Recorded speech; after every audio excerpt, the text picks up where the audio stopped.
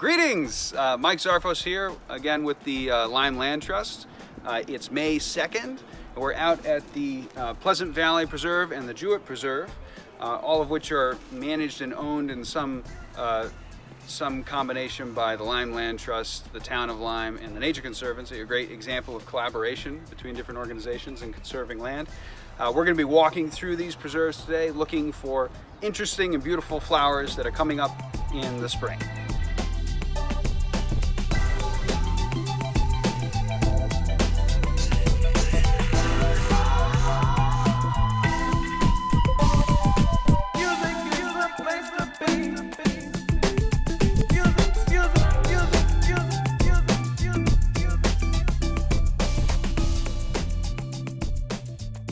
So we have plantain-leaved pussy toes here, which is a native plant.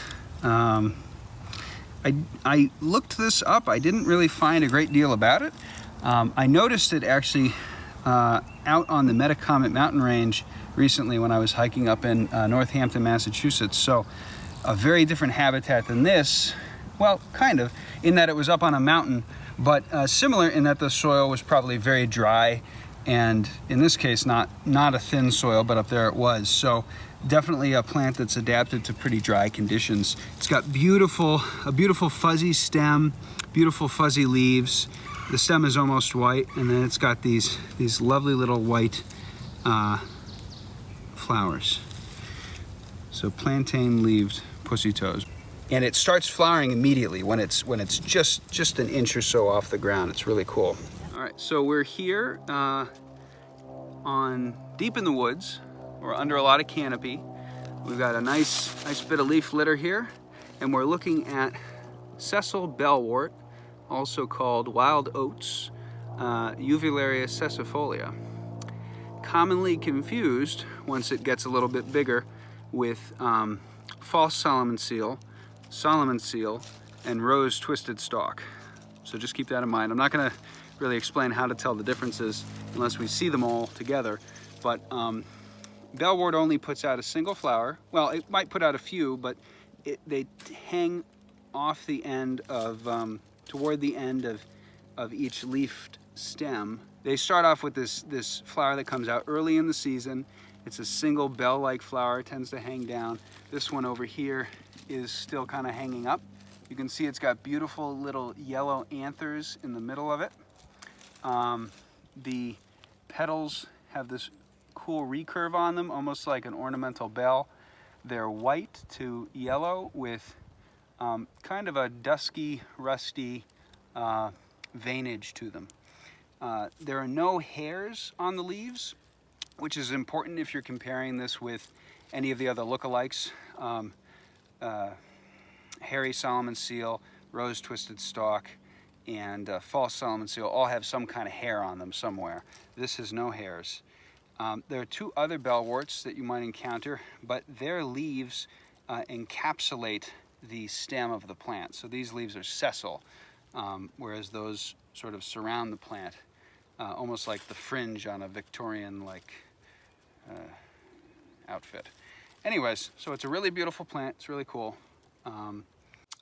Sometimes on mounds you'll see like a lot of them together, or you'll just see them scattered throughout the woods. They're definitely well adapted to the shade. They tend to seem like they flower a little more consistently in deep shade than those other lookalikes. So, well, we were just looking at the Sessile Bellwort, Uvularia sessifolia, and just across the forest floor from that, at the base of this big dead, what looks like it might have been a northern red oak, we have another beautiful flower called Starflower.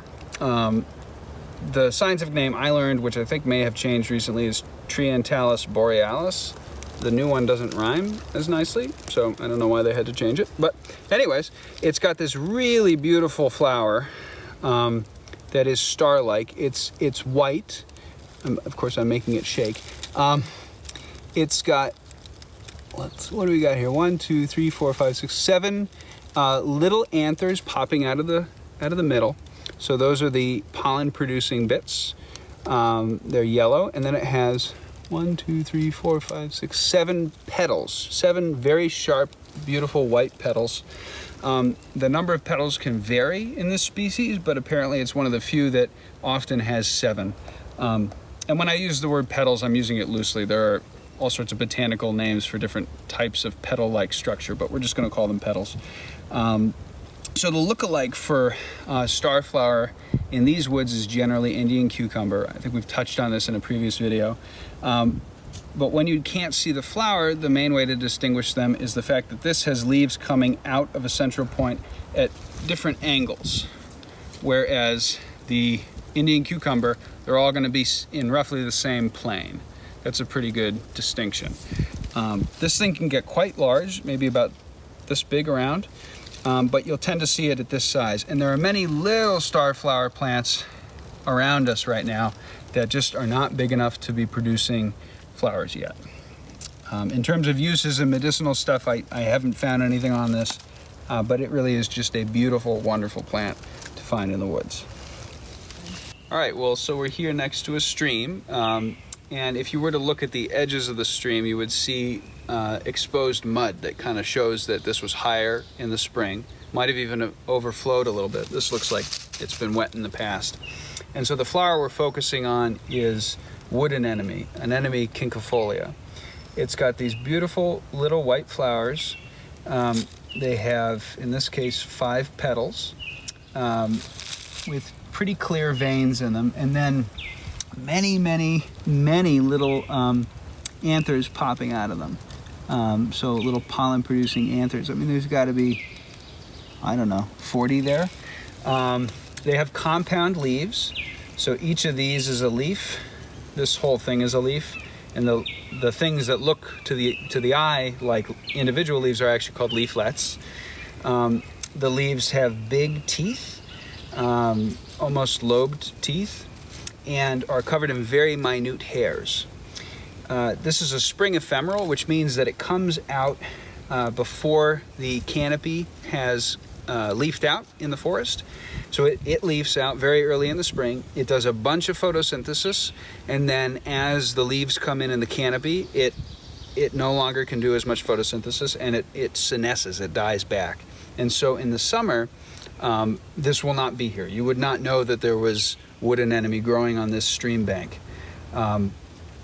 Many of these are probably interconnected. There's probably some amount of vegetative reproduction going on here. But importantly, this, like a lot of other spring ephemerals, has a little bulb underground, and that's where it's storing that energy that it's accumulating in the early spring. So it's a really cool plant. It's beautiful.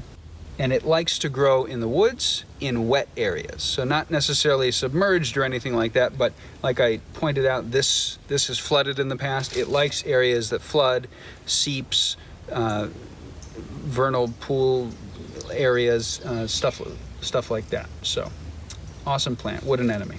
So we're still at the edge of the stream here, and we're looking at a violet. We've introduced violets before, but we thought we would cover them again because there's at least 2 different species here. We may or may not identify these 2 species later in the video, but for now we're just going to introduce them as Viola sp. We know that the genus is Viola. We're not totally sure of the species. In many cases, it can be pretty hard to get them to species, but in some cases it's not. This is probably a common wood violet, but not totally sure. Its habitat is interesting, that it's growing in a wet space. There are over 500 species of violet around the world. Some of them are not like this. Some of them are shrubs, but most violets are small herbs that grow on the ground. Obviously, where else would they grow? With basal leaf arrangements. That means all the leaves coming out of a single base, but sometimes with a little stalk and some branching. Actually, this does have a stalk and some branching, so this almost certainly isn't common wood violet. We'll have to look it up later. Most of them just have a basal arrangement of leaves. They often have a purple-ish, I guess the color would be violet, flower. Some of them have white flowers with a little bit of yellow in the middle. And they're really interesting. So they produce 2 different types of flowers. One of them is a sexually reproductive flower, so it's asking for somebody to come pollinate it. and then that comes out in the spring, and then later in the year it puts out flowers that are less obvious. They're probably kind of hiding underneath the leaves, that are asexual, and so it's self-pollinating in that case. And the reason for that is that they're not particularly strong competitors for pollination because they're on the ground, they've got small, not so obvious flowers, and so to hedge their bets, they will self-pollinate and self-seed so that they're reproducing one way or another. And so the seeds themselves are really interesting. So they have two different ways that they tend to disperse their seeds. One is through ballistic dispersal, like kind of what we saw in the previous video with the jewelweed, though probably through a different mechanism, where the seed pods will explode and send the seeds flying out. And some of these can get their seeds 5 meters away from themselves, which is pretty wild for such a small plant. The other way is through what's called Myrmecochory, I always say it wrong, which is ant dispersal. So the seeds will have this little nutrient packet on them called an elaiosome, and that attracts the ant, and the ant will come and basically tug on the elaiosome and try to get it off the seed, and in the process generally transport the seed away from the plant. And in some cases deposit the seed inside of a garbage dump in the ant colony underground, and so that means that the seed gets buried in a safe place, or it's not going to be eaten, and where it might germinate and grow. So it's got two really cool methods of dispersal. The flowers themselves are bilaterally symmetric, so they can only be divided one way, which is down the middle, and get two symmetric sides. They tend to have a pretty prominent spur in the rear. And the leaves have a variety of shapes, but many of them are just sort of heart-shaped, more or less, sometimes with minute teeth on them. But some of them can be pretty complex, but those are less common. So, violets, they're really cool. Oh, and you may find violets growing in your lawn, purple violets. They're native. You shouldn't be thought of as a weed. You should just let them go. They're a good pollination source and really a free flower. Think about how much money us garden enthusiasts spend on great plants. If you can get free plants without taking them from nature, they just come into your yard on their own. Take it. It's great. All right, well, so we're just down from the stream that we were at looking at the violets. We're on the edge of the trail here, and we're looking at a really special spring ephemeral called Dwarf Ginseng. Panax trifolius, the Dwarf Ginseng, versus American Ginseng, which is much larger. This is a true spring ephemeral. It pops up, before the leaves are out in the canopy, does all its photosynthesizing, and then it disappears. It's really small. It's very easy for you to miss in the woods. It's actually even growing on the trail here, and the reason why this trail isn't necessarily a big problem for it is the fact that it's an ephemeral, the fact that it needs such a short period of time to do its photosynthesizing, and then it doesn't care because it's underground. I do tend to see this in wetter areas, low areas, so like little divots in the woods even, that would be just a little bit wetter than the area around them. It doesn't necessarily need to be a wetland. It probably likes the edge of this trail because there's kind of a V shape to the trail. There's probably going to be some water collecting and then running down the trail. And so it is a wet microhabitat here. They put up a single stalk in the middle of 3 compound leaves. And on the end of that stalk is a globe of little flowers. The flowers have small white petals that are basically aiming backwards, almost like they're being blown back in a strong wind. And then out the front stick several very prominent anthers, little white anthers. Let's see if we can get a count here. So we've got 5 petals, and it looks like 5 anthers as well. This plant was used by native peoples for medicinal purposes, but it doesn't have any commercial value today and should certainly be left alone. So, really cool plant. So we got a really cool plant here growing also on the side of the trail. That tends to happen when you're just following the trail. But this is called Jack-in-the-Pulpit, Erythranium triphyllum.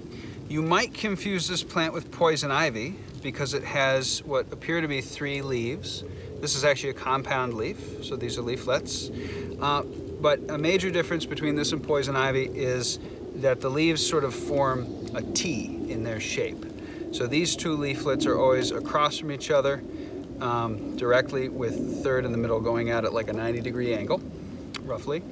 And they're different shapes. So these 2 leaves are shaped to kind of cup the central leaf, these leaflets. This is also Jack-in-the-Pulpit here. So this plant will not flower for many years, or for several years, about 5 or 6 years, after it's germinated. Once it's built up enough energy in its corm, which is sort of a bulb underground. It's like a bulb. It's a energy storage structure. Once it's built up enough energy in that structure, it will flower. Now, the size of these flowers can really range dramatically. So some individuals, you'll see a flower like up to this tall and really pretty big. But they can also produce viable flowers that are quite small. And so the pulpit of the Jack-in-the-Pulpit is this hood that surrounds an interior structure, which would be the jack. And that is going to have many minute flowers on it down inside of this hood. And those little flowers are sequentially hermaphroditic, which means that they start off as one sex and then they move to the other. They start as male and then they become female. This plant will put off a scent that attracts fungus gnats. If any of you have house plants and you've ever overwatered them too much, and even if you don't, you tend to get these little gnats that live in the house plant, and they're eating the fungus that's growing in the soil in your house. This thing attracts those, and they go inside and they get pollinated and they leave. And then when they go into a plant that has female flowers, they tend to get trapped. They can't exit again. And so they go through this turmoil inside the plant of trying to escape, and as they do, they pollinate the female flowers, and then they tend to die inside the plant. So that's all kind of morbid, but it's also really cool. So this thing tends to kill its pollinators eventually. Now, as they get older, the Jack-in-the-Pulpits, they produce more female flowers, and the flower gets bigger. The flower itself, this one is mostly green, but you can see a little bit of purple in it. The larger ones, I think in deeper shade, tend to have a little more purple to them. They can have a little bit of yellow as well, so there's some variability there. This plant looks pretty succulent. You might think, oh, I could eat that. And there are ways to make it edible, but it's definitely not recommended. This thing has crystals in it called Raphides that I think are made of calcium oxalate or something like that. And it causes a burning sensation when you eat it. It's like nature's fiberglass. So not a great idea. And then it also has some other toxins that can be pretty nasty. So it's a really cool plant. Tends to grow in wetter areas, but doesn't need to be in super wet areas, as you can see here. Yeah, Jack-in-the-Pulpit. Alrighty, well, we found a really cool plant. This is not super common in Connecticut, especially in forests that are on what were once plowed soils. But this is Trillium erectum, so red trillium, also known as wake robin. It was called wake robin, I think, because it's waking. It's out early in the spring. It's considered by some to be a spring ephemeral, and robin because it's got this red to it, like a robin's red breast. I don't know. I wouldn't say this is actually a spring ephemeral because it stays up all season long. It does come out very early, so it's definitely taking advantage of the fact that the canopy is not leafed out, but it does stick around. It doesn't senesce. So There are a couple different types of Trillium that could occur in Connecticut, even though the other ones are less common than this one. And some of the ways you can tell them apart vegetatively are by these, what appear to be leaves here. They're actually bracts. But so with Trillium erectum, these leaflets are sort of adnate. They're attached directly to the stem of the plant, whereas in some of the other Trilliums, they have their own little petiole, their own little stem that leads them off of the main stem. Anyways, that's kind of more detailed than what you need, but a few cool facts about Trillium erectum. It doesn't necessarily have to have a red flower, even though it's called red Trillium. They can have a white flower. They can have a yellow flower. That's not particularly common. They will produce a fruit in the middle eventually that will be red, and it will kind of look like a big red gusher, if you're familiar with that candy. It's very beautiful in and of itself, and you really get to appreciate it in bigger individuals. So this thing can get to be this wide around and maybe that tall. So they can get really large. This is a very small individual. It's a little roughed up. There were some medicinal uses for these. I wouldn't recommend dealing with that. It also has calcium oxalate crystal Raphides in its foliage, so you wouldn't want to be eating this. But it's a really cool plant. It puts out a sort of a putrid smell. I don't think we can really smell it, but the flies can smell it, and so flies tend to pollinate this. And similar to the violets, the seeds of Trillium are often dispersed by ants. So they have a little elaiosome on them, little food packet that attracts the ants, and the ants will disperse the Trillium. Sometimes you'll see a bunch of Trilliums coming up in what is an ant trash area underground, where they've stashed all these seeds that they're done with. So really cool plant. So we're here with American trout lily, Erythranium americanum. So it's got these beautiful yellow flowers with, let's see here, 1, 2, 3, 4, 5, 6 petals. And again, petals is just a common term we're using. They're actually tepals. And a long stamen, long yellow stamen, and yellow anthers. There are little sort of rust-colored dots in the center of, well, toward the center of the flower on the base of each petal, which are really beautiful, almost like a tiger lily, an ornamental tiger lily. And these flowers can get a lot bigger than this. Well, a decent amount bigger than this, but they're cool. Anyways, so they come up, they kind of hang down a little bit, so you kind of need to get down next to them to appreciate them. The leaves are really beautiful in general on their own. They are green and mottled. The mottling is kind of almost a light purplish. These leaves are actually pretty lightly colored. I don't know if that's because of where we are, but the leaves can be darker than this. And so you'll see lots of little trout lily leaves popping up together. They form these large colonies. A lot of what's on this hill here is trout lily. Only a few of them will flower. It takes several years for them to actually develop flowers. And they, of the ones that are flowering, only 10% will produce viable seed. Well, no, only 10%, yeah, something like that. They produce few flowers and few seeds. Most of the reproduction that's going on here, like your daffodils in your garden, is just the bulbs underground budding off. They can also produce specialized shoots that come up out of the ground, enter the ground next to the plant, and then sort of create a new plant. But anyways, a lot of this is going to be asexual vegetative reproduction. This is a spring ephemeral, so it pops up early in the spring. By the end of the summer, you won't see any of these leaves here. You might see some even into July, but they will slowly but surely disappear. Alrighty, well, we are in a bit of a swamp here looking at Marsh Marigold, Caltha palustris. This is a very beautiful plant. It's fairly widely distributed in the United States. it puts up these nice, almost heart-shaped leaves. They're big and fleshy.